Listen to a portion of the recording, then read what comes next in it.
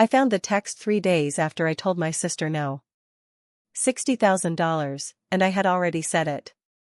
Clearly. Twice. Looking her in the eye.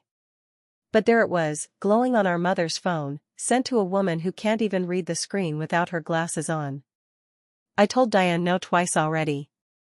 Get the money before she finds some way to stop you. She's always been the selfish one. My own sister. Calling me selfish.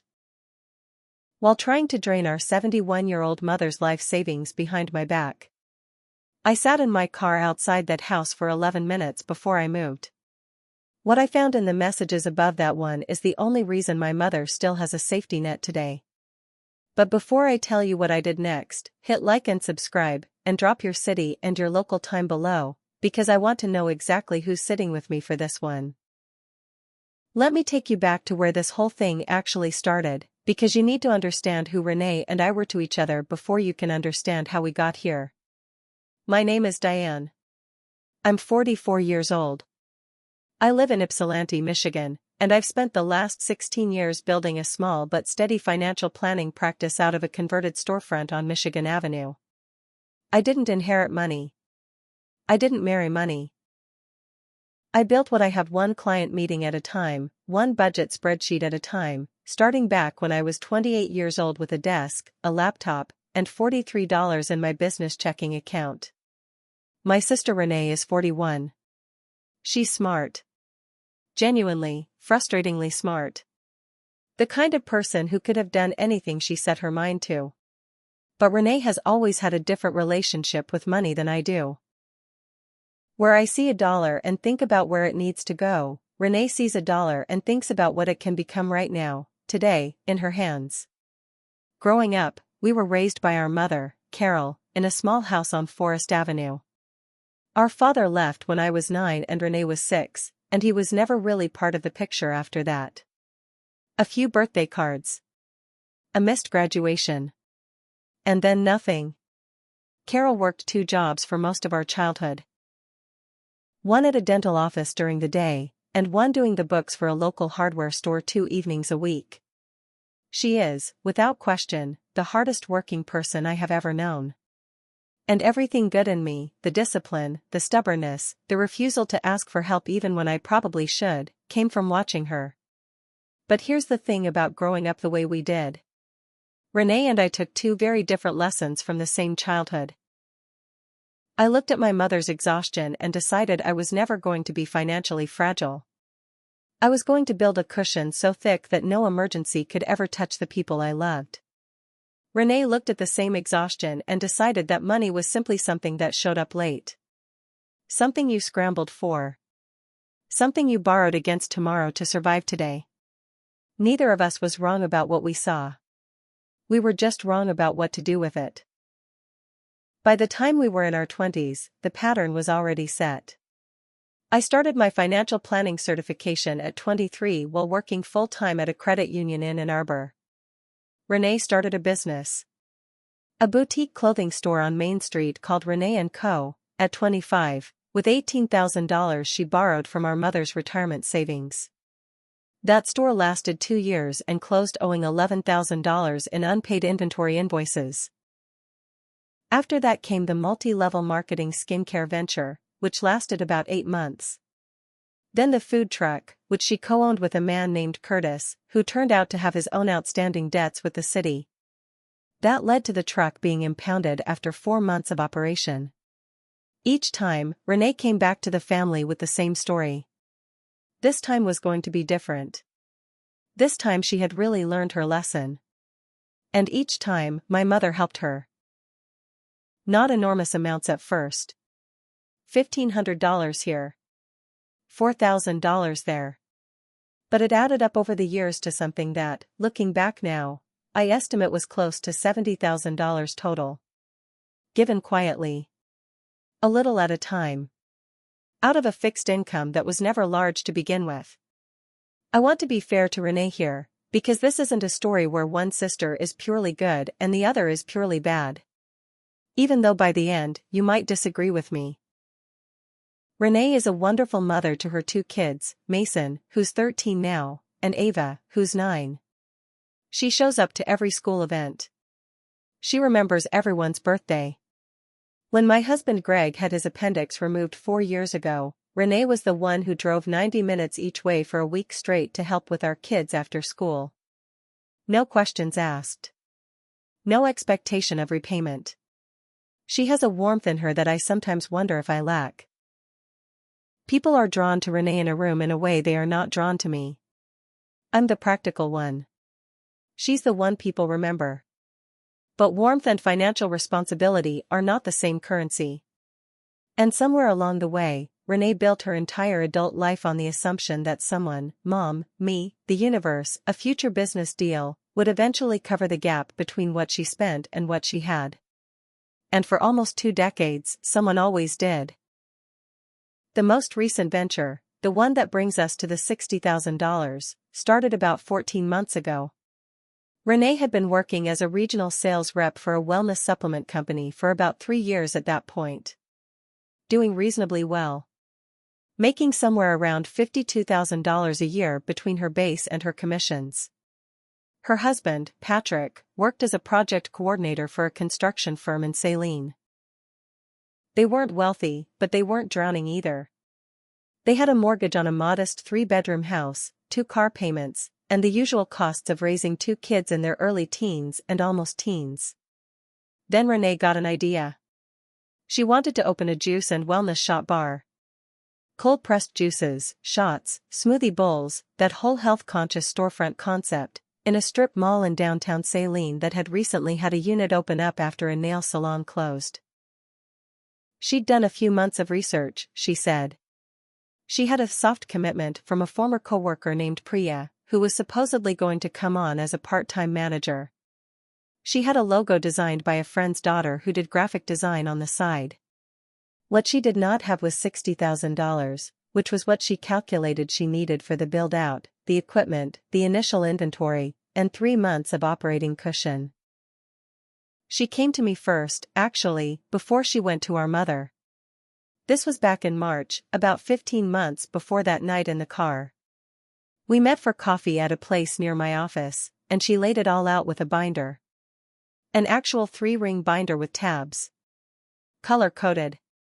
More organized than anything I'd ever seen her produce before.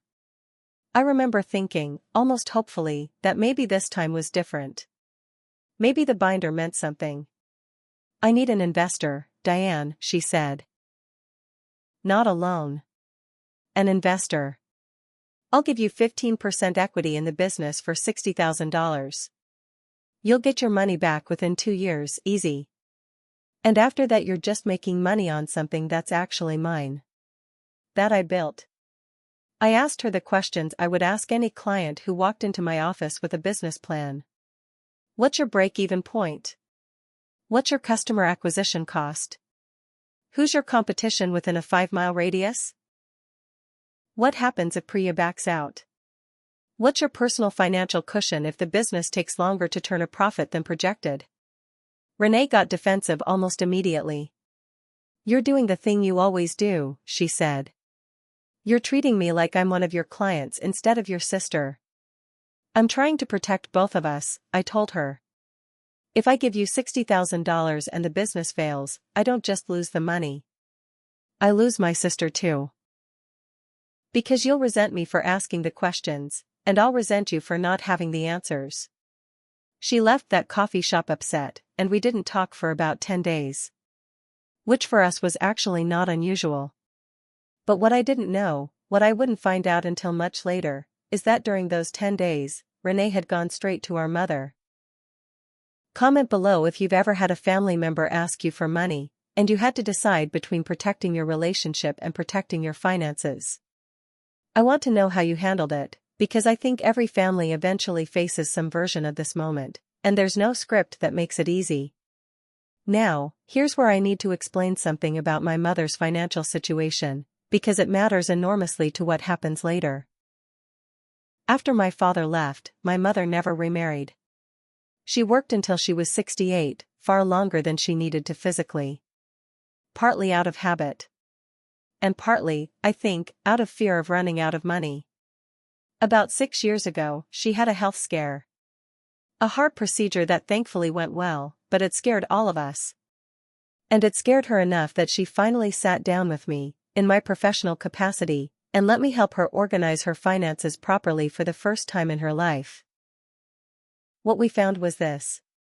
My mother had about $210,000 in total assets at that time. Between a modest 403b from her years at the dental office, some savings, and the equity in her house on Forest Avenue, which she'd paid off years earlier. It wasn't a fortune.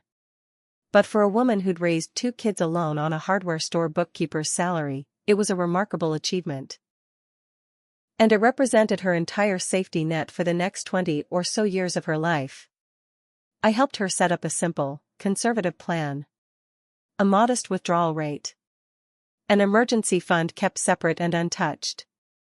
And, this is the important part, I helped her set up a small revocable trust that held about $130,000 of that total.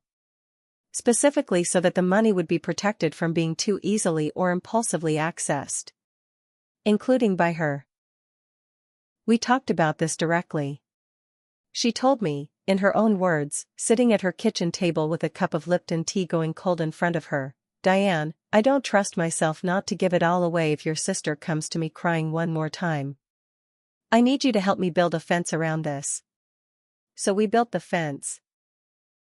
I was named as a co-trustee alongside her, which meant that any distribution from that trust above a certain threshold, we set it at $5,000, required both her signature and mine.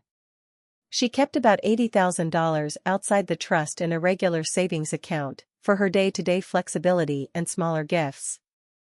The kind of money she could move on her own without asking anyone. But the bulk of her safety net, the part that needed to last her the rest of her life, sat behind that fence. And I held one of the only 2 keys. I want to be honest with you. At the time we set this up, I didn't think of it as a tool I would ever actually need to use against my own sister. I thought of it as protecting my mother from herself. From her own generous, guilt-prone heart. I never imagined it would become the thing that saved her from losing everything to a juice bar in a strip mall in Saline, Michigan. So back to March. 15 months before the car. 10 days after Renee stormed out of that coffee shop. She went to our mother's house on a Sunday afternoon. I know now, because Renee eventually told me parts of this herself, in anger, months later, exactly how that conversation went. She sat at the same kitchen table. The one with the cold tea memories. And she told our mother that she had a guaranteed investment opportunity. That Diane had already looked at the numbers and thought it made sense, but that I was too cautious to commit, and she needed Mom's help to get it started. She said the business would be profitable within 6 months. She said Patrick had already put in $2,000 of his own savings as a show of good faith. She said, and this is the part that still makes my stomach turn, "Mom, you always say you wish you'd had more chances when you were young. This is my chance. Don't you want me to have my chance?" My mother, God love her, does not have a financial defense system built for a moment like that. She has a heart built for a moment like that. But not a defense system. She told Renee she would think about it. And Renee left feeling, I assume, fairly confident that she'd planted the seed.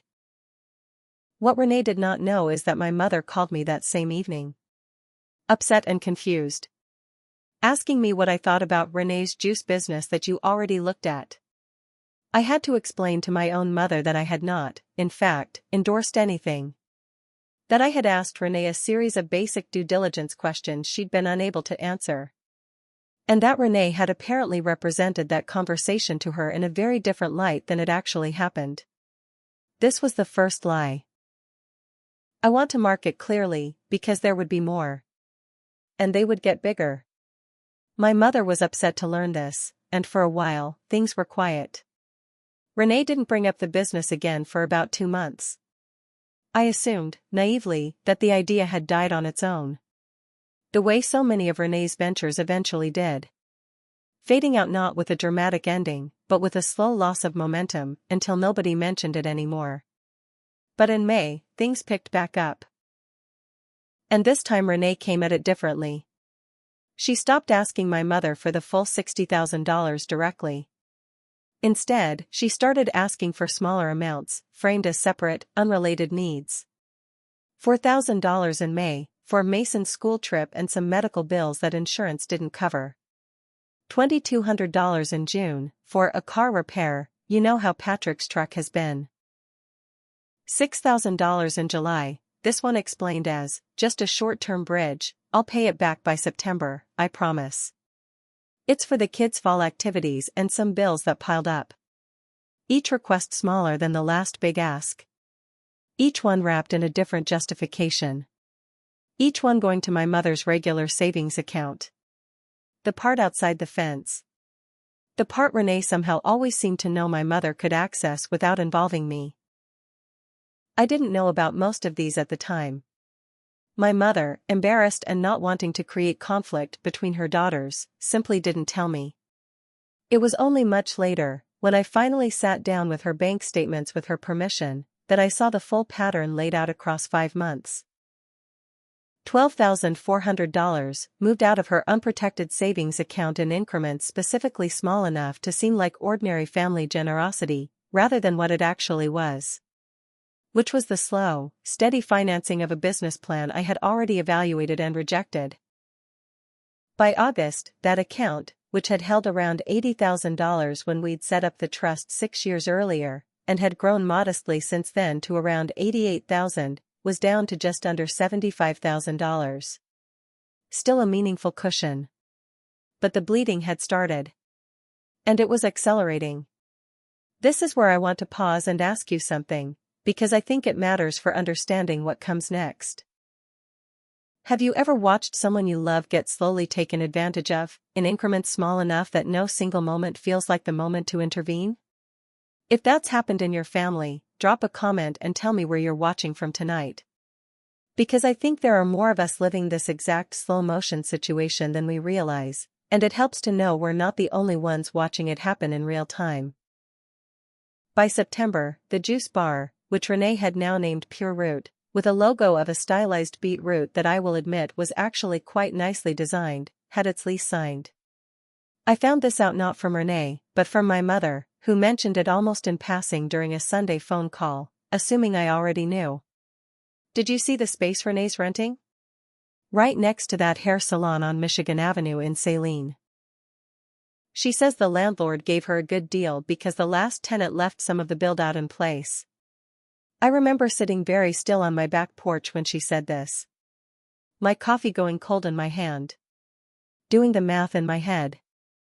A signed commercial lease meant first month, last month, and security deposit, typically.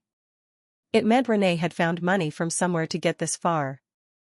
And the only somewhere I could think of was the very account I had specifically not wanted touched. I called Renee that night. The conversation did not go well. Why didn't you tell me you signed a lease? I asked her. Because I knew you'd lecture me, she said. I knew you'd tell me all the reasons it's a bad idea. The way you do with everything I try to build. Renee, I'm not trying to crush your dreams. I'm trying to understand where the money for a lease deposit came from. Because the last time we talked about this, you didn't have $60,000. You had a binder. There was a pause on the line. Patrick and I pulled together some savings. And Mom helped a little. It's not a big deal. How much is a little, Renee? I don't know, like, 10,000? It's not like she gave me the whole 60. I'm still working on putting the rest together. I didn't know at the time that the real number was already closer to $12,400 and climbing. And I definitely didn't know that the rest Renee was still working on meant she fully intended to come back to the well, our mother's well, again and again, until she hit 60. I want to tell you about the Panera Bread conversation now, because this is the moment that I think of as the real turning point. The place where everything that had been simmering finally came to a full boil. It was a Thursday in late February, about 3 days before the night in the car. Renee texted me asking to meet. Said it was important. Said she just needed 15 minutes. I agreed, partly out of obligation, and partly, I'll admit, out of curiosity about how the juice bar was actually doing, since it had been open for about 4 months by then. We sat in a corner booth. Renee ordered a chai latte and didn't touch it. She looked tired in a way I hadn't seen on her before. Not dramatically so, but the kind of tired that lives under the eyes and doesn't go away with sleep. Pure Root needs more capital, she said, getting straight to it in a way that was unlike her. We're behind on the equipment lease for the cold press machines. We owe the produce distributor about $9,000 in back payments. And Patrick's truck broke down for real this time. Transmission. $2,800. And we don't have it. I need $60,000, Diane. All at once, this time. Not in pieces. I need to consolidate everything I owe and get 6 months of real breathing room. I asked the obvious question. Renee, where has the money gone? You opened in October. It's almost March. What were your sales numbers in January? She told me a number. $11,400 in gross revenue for the month.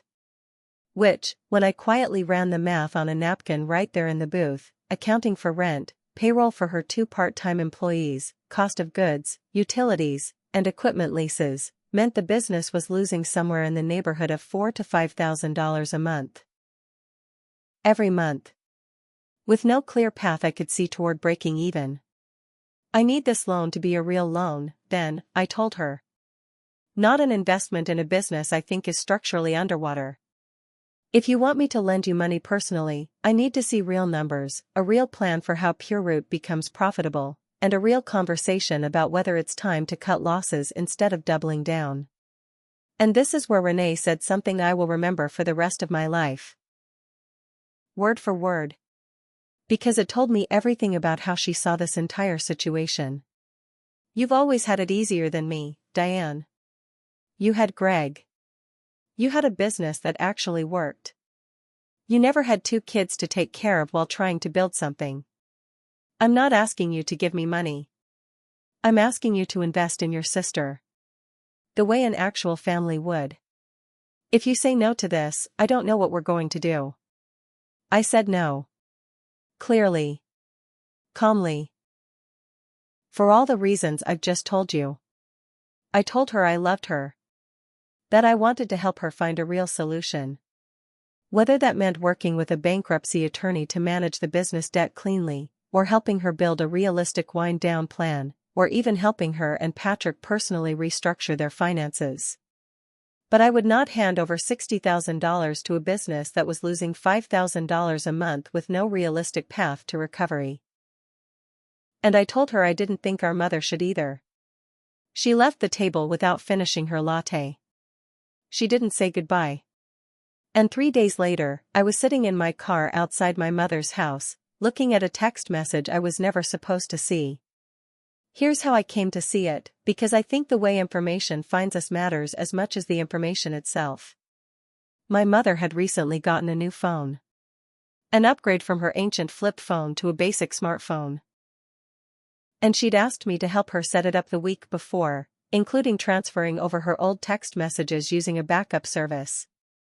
I had finished most of the setup remotely, but had stopped by that Tuesday evening to drop off a printed instruction sheet I'd made for her, with big fonts, showing her how to check her voicemail and how to video call her grandchildren. While I was there, her phone buzzed on the kitchen counter. And out of habit, the same habit any of us would have, glancing at a notification screen, I saw the preview of an incoming text from Renee. It was enough of a fragment to make me pick the phone up properly, with my mother's permission, since she was struggling to read the small preview text without her glasses anyway, and asked me to read it to her. Mom, did you see anything in your account yet? I told Diane no twice already and she still thinks she's going to swoop in and act like the hero. I need you to send the rest before she finds some way to convince you not to. She's always been the selfish one when it actually matters, she just hides it better than me. Please, I'm begging you, we're about to lose everything. I read this message out loud to my mother, sitting at her kitchen table. And I watched her face go through several emotions in the span of about 10 seconds. Confusion. then concern. Then a kind of slow dawning hurt, as she started to understand what it actually meant. "What is she talking about, the rest of what?" my mother asked me. And that's when I asked her, as gently as I could, to show me her bank statements going back to the start of the year. This is the part of the story where I have to ask you to sit with me in that kitchen for a minute, because what we found together changed the next 6 weeks of my life. Between January and that Tuesday in late February, my mother had sent Renee an additional $18,000 from her unprotected savings account, on top of the $12,400 from the previous year. The withdrawals had accelerated dramatically once Pureroot opened and started bleeding money. There was $7,000 in January alone, transferred in 2 separate chunks. And another $11,000 already gone in the first 3 weeks of February, even before this latest plea Renee had just sent. That meant my mother's once protected, separate, flexible savings account, the part outside the trust, the part meant to cushion ordinary life expenses and small gifts, had gone from $88,000 6 years earlier to just over $27,000 now. Renee had taken, in total, somewhere around $30,400 of it. And based on the text I'd just read, she was actively trying to get more. Specifically trying to get it before I could intervene. My mother put her hands over her face at the kitchen table. "I didn't realize it had added up to that much," she said. Each time felt small. Each time she said it was the last time. "I know, Mom," I told her. "That's exactly how she's been doing it." I want to pause here for the second engagement moment of this story, because I think this next question is one that genuinely splits people, and I'm curious where you land. If you found out a sibling had been quietly draining a parent's savings, piece by piece, while telling that parent a story very different from what they told you, what would your first move be? Would you confront the sibling directly? Would you go straight to protecting the parent's remaining assets first, and deal with the relationship fallout after? Drop your answer in the comments, because I made a choice that night, and I still don't know if it was the right one, even though I'd make it again. My choice was this. I didn't call Renee that night. I didn't text her back pretending to be my mother. And I didn't confront her in anger, even though every part of me wanted to. Instead, I spent the next 4 days doing something I am trained to do professionally but had never had to do personally. I built a complete, honest picture of the actual financial situation, with documentation, so that when I did have the conversation, it would be impossible to argue around. I pulled my mother's full account history with her permission.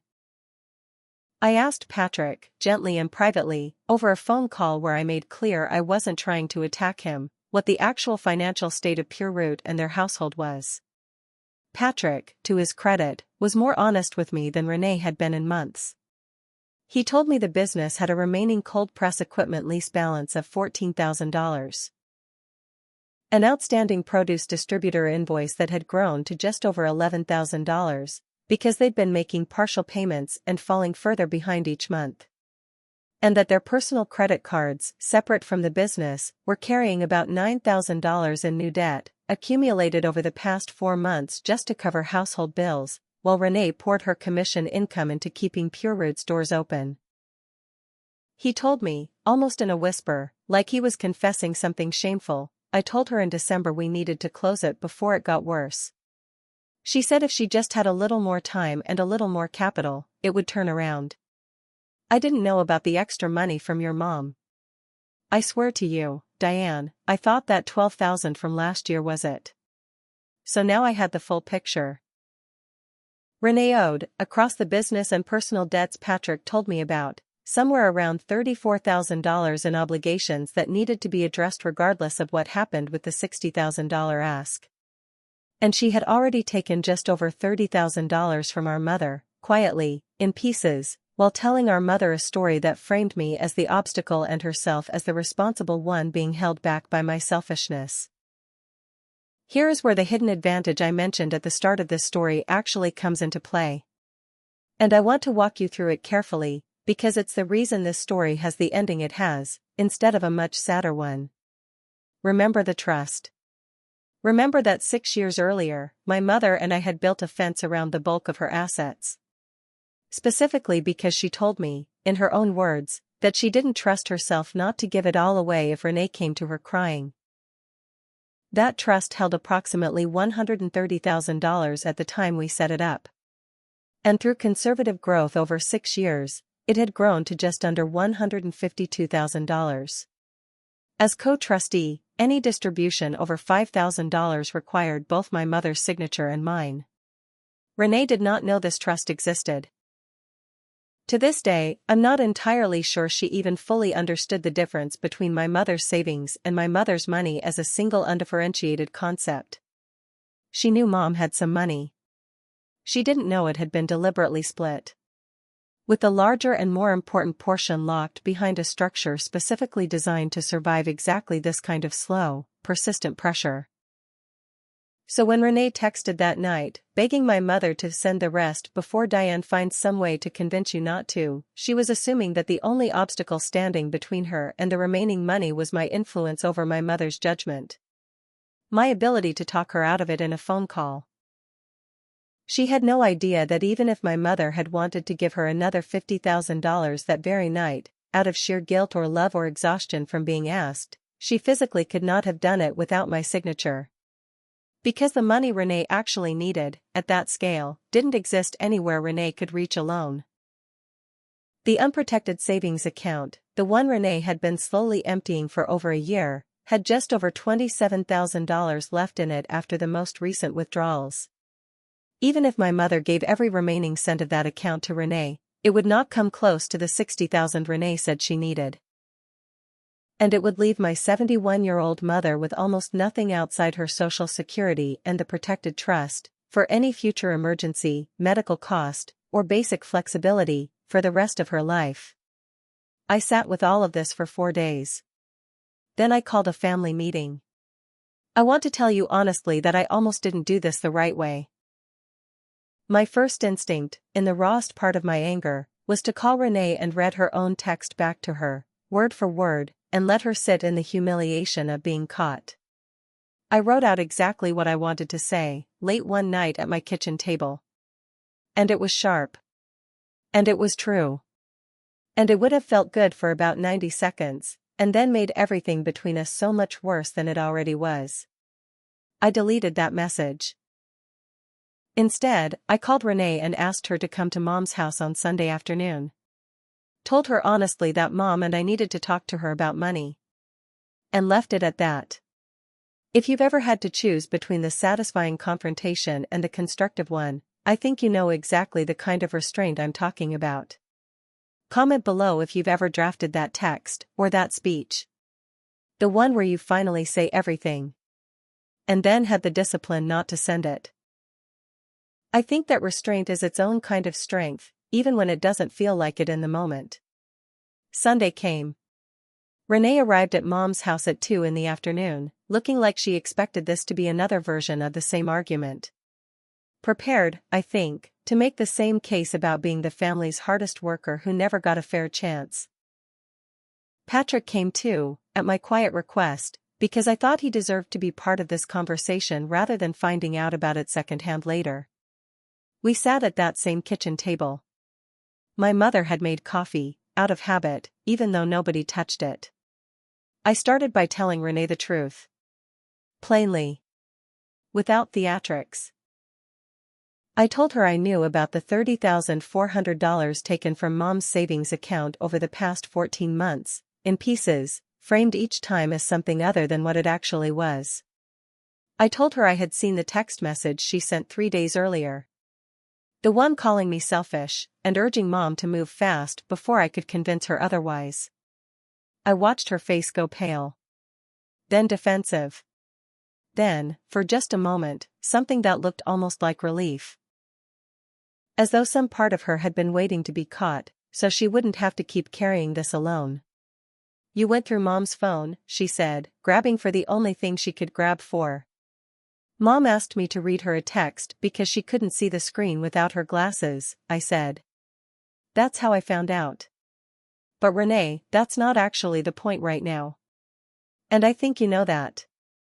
she tried, for a while, to argue the merits of Pure Root. To insist that the business just needed a little more time. That the produce distributor debt was totally normal for a business this age. That I was once again being the cautious, unsupportive sister who didn't believe in her. But Patrick, sitting beside her, finally spoke up in a way I don't think Renee expected. "Renee, I told you in December we had to shut it down. I'm sorry, but I have to say this now. We don't have it. We've never had it. I've been putting groceries on a card with 18% interest for 2 months." The room went quiet for what felt like a very long time. Then I laid out what I'd come prepared to offer. Because the point of that meeting was never just to expose what had happened. It was to give my mother her financial safety back, and give Renee an actual path forward, instead of another temporary patch that would only delay the same collapse by a few more months. Here is what I proposed. First, the unprotected savings account, the $27,000 that remained, needed to be left alone, completely, starting that day. I told my mother directly, in front of Renee, that I would help her move what was left of that account into a structure similar to the trust, so that no further withdrawals could happen without both of our signatures. The same protection we'd built around the larger account 6 years earlier. My mother agreed immediately. Visibly relieved to have the decision taken partially out of her own hands. Second, regarding Pure Root, I told Renee that I had already spoken with a colleague of mine. A small business bankruptcy attorney named Howard Leong, who I'd worked with on client referrals for years. And that he had agreed to do a free initial consultation to walk her and Patrick through what an orderly wind down would actually look like. Not a dramatic bankruptcy filing necessarily, but a structured negotiation with the equipment leasing company and the produce distributor, to settle the debts for less than face value, and close the business without it destroying their personal credit any further than it already had been damaged. Third, and this is the part that surprised everyone in that room, including my mother. I told Renee that I would personally lend her and Patrick $4,000. Not $60,000. Not as an investment in anything, but as a direct, documented personal loan, with a simple written repayment plan, specifically earmarked to cover the transmission repair on Patrick's truck, and 1 month of a financial counselor's fees. Because I believed the actual underlying problem here wasn't a lack of capital. It was a 14-year pattern of believing that the next venture would finally be the one that worked, without ever building the habits or safety nets that make any venture survivable when it doesn't immediately succeed. $4,000 wasn't going to save Pure Root. It wasn't supposed to. It was meant to stabilize the actual emergency, the truck, while the larger structural problem got handled by someone with the right expertise. Renee cried at that table. Not, I think, out of gratitude exactly. At least not at first. But out of something closer to exhaustion. The particular exhaustion of finally putting down a weight you'd been carrying so long, you'd forgotten what it felt like to stand up straight without it. "I didn't want to be this person," she said. "Every time I asked Mom for a little bit, I told myself it was the last time. I told myself once Pure Root turned a corner, I'd pay her back everything, all of it, with interest even. I never meant for it to add up to $30,000. I genuinely didn't realize it had gotten that big until you said the number out loud. I believe that. I want to be clear about that, because I think it's important to this story. I don't believe Renee sat down 14 months ago with a master plan to defraud our mother. I believe she made one small, justifiable feeling decision after another. Each one slightly easier to make than the last, because the one before it hadn't caused a visible catastrophe yet. Until she was $30,000 deep into a hole she'd convinced herself was actually a ladder. But I also can't excuse the text message. I can't excuse calling me selfish to our mother, while actively working to circumvent a no I'd given her clearly and directly, twice, in person. There's a difference between desperation and deception. And what Renee did blurred that line in a way that I don't think she's fully reckoned with, even now, months later. Pure Root closed in April, about 6 weeks after that Sunday meeting. Howard Leong helped Renee and Patrick negotiate the equipment lease down to a settlement of $8,000 instead of the full $14,000 owed, paid out over 10 months. And got the produce distributor to accept $7,000 instead of the $11,400 they were owed, in exchange for immediate payment from a small portion of their tax refund. It wasn't painless. Their credit took a hit. Patrick picked up a second part-time job doing weekend deliveries to help cover the gap while they rebuilt. She agreed. We've tested that agreement twice since then, in small ways. And so far, it's held. I think about that night in the car a lot. 11 minutes, sitting there with my phone in my hand, before I did anything. In those 11 minutes, I thought about every version of how this could go. I thought about screaming. I thought about cutting Renee off completely, the way some families do when betrayal cuts deep enough. I thought about just paying the $60,000 myself, quietly, to make the whole ugly situation disappear. Because some small, tired part of me wanted the easiest path more than the right one. What I landed on instead was something slower, and less satisfying in the moment, but, I think, much more honest. Protect what's actually vulnerable first, the person and the money both. And only then deal with the relationship. With patience instead of punishment. But also without pretending the betrayal didn't happen. If there's a lesson in this story, and I've turned it over more times than I can count over these past months, I think it's this. Love and financial responsibility are not the same thing. And conflating them is how so many families end up either broke or broken. Sometimes both. You can love someone enormously and still tell them no. You can protect someone's feelings and still refuse to protect them from the consequences of their own choices. Because sometimes those consequences are the only teacher that actually works. And the people in our lives who say no to us. The ones who ask the uncomfortable questions about break-even points and customer acquisition costs and personal financial cushions. Are not always the obstacle. Sometimes they're the fence. Sometimes they're the only thing standing between the people we love and a fall they don't yet know is coming. I think about my mother sitting at that kitchen table 6 years ago, telling me she didn't trust herself.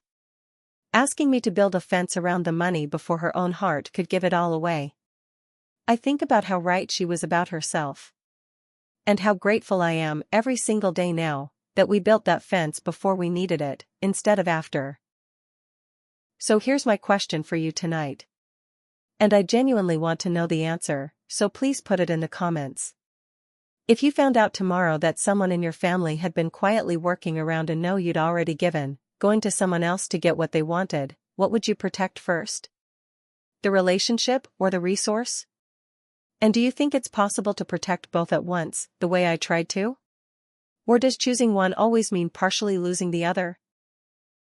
If this story meant something to you, if it reminded you of your own family, your own fence, your own 11 minutes sitting somewhere with a phone in your hand deciding what to do next, I'd ask you to do one thing before you go. Hit subscribe, because there are more stories like this one coming. Real, complicated, unresolved in the neat way family stories that I think we don't talk about enough. And if you've made it this far, drop a comment and let me know where you're watching from, and what time it is right now where you are. Because I read every single one, and I want to know who's sitting with me at the end of this story tonight. Thank you for listening. I'll see you in the next one.